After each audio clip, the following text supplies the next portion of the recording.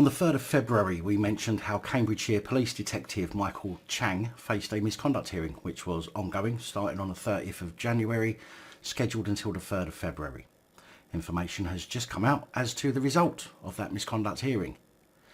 But just to recap, Chang was said to have drove an unmarked police car dangerously at speeds in excess of 100 miles an hour whilst using a mobile phone, resulting in a collision. So misusing a police vehicle, speeding, using a mobile phone, several offences right there that would be enough to haul any one of us in front of a court for them to revoke our licence. But it gets better, because at the time he was misusing the vehicle's emergency equipment in that he was running on blues and twos without any reason to. He failed to remain at the scene of the collision. He failed to notify his supervisor of the collision whilst on a call with her following the incident, failed to report the collision to his control room, failed to give a full and truthful account to a supervisor who dealt with the RTC procedure, and misled or lied to the court in respect of a piece of evidence, in that he suggested his line manager told him to destroy a card containing witness details in a dishonest manner. But even if you thought that was enough, clearly Chang didn't think so, because just 2 weeks later he misused his police uniform by wearing some of it so he could bypass a queue at a Tesco supermarket. He then engaged with a member of the public in what turned out to be an altercation in which he pulled out his parva spray, deployed said parva spray, which an innocent bystander got a face full of, and used his police baton and police vest. Although I don't know what is meant by using his police vest other than simply wearing it. Of course, Chang had no authorisation to be in possession of the parva spray.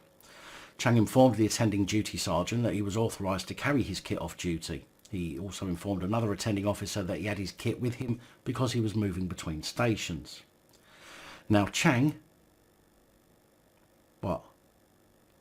was found guilty after pleading guilty to dangerous driving during his trial at Northampton Crown Court and pleading guilty to unlawful possession of parva set under section 5(1)(b) of the Firearms Act 1968 at the same court. But no mention of the assaults both on the member of the public he was intending on using the spray on or the innocent bystander. Detective Constable Chang, who was based at Huntingdon, had been given a 16-month prison sentence, suspended for 2 years. So he got off pretty lightly, if you ask me, but what did his misconduct hearing hold in store? Well, the hearing found that he had breached the standards of professional behaviour in respect of authority, respect and courtesy, orders and instructions, duties and responsibilities, and discreditable conduct. No surprise there, as he had already admitted doing it.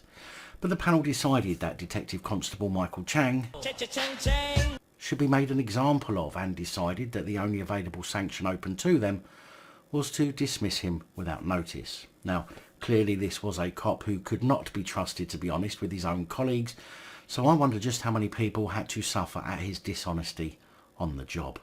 I guess, although those who did can't do much about it now, at least no one else will be a potential target for his inability to be honest. So as always, it brings me great pleasure to say, another one bites the dust.